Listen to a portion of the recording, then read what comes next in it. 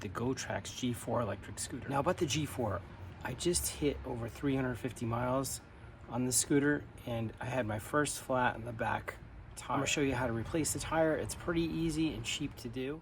Here's the correct 10-inch tire for the G4. I'll put a link to it below. First, get yourself one of these. It includes the inner tube and valve stem. Now the only tools you're gonna need for this is a standard bike hex key wrench set and a 17mm open end wrench. A ratchet would also be helpful. Okay, so first flip your scooter upside down. You can see my tire is pretty well balled.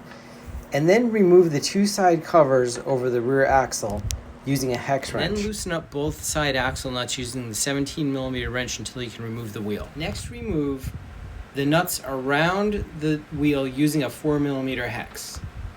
Remove the split rim and set it aside, keeping all the screws so you don't lose them. Next, pop the new tire onto the rim, line up the valve stem, and then put the split rim back on, tightening up the nuts one at a time until the tire pops on. You may want to put a little bit of air in it at this point. Just a couple pounds of air so you don't pinch the tire tube. Next, pop the axle back in place. Make sure to first get the disc back into the caliper, and these lock nuts go on the inside. Make sure to tighten up these axle nuts tight once the wheel's back in place. Inflate the tires to 36 psi. Now you may have to pull the valve stem out before you get it started with air. The new tire has a lot more tread. There you go. Remember to like and subscribe for more videos about Gotrax, Wi-Fi, and tech products.